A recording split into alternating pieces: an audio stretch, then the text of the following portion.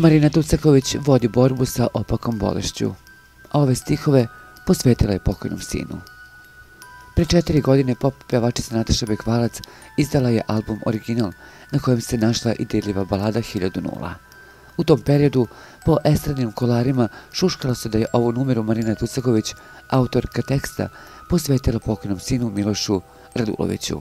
Međutim, Marina je ova nagađanja demantovala i istakla da je tu numeru Nataša posvetila ćerki Hani. Uopšte nije tačno da je tekst pesme posvećen mom Milošu. Nataša i ja smo se dogovorile da napišem pesmu posvećenu njenoj devojčici, pošto ona nju zove sine, objasnila je Marina.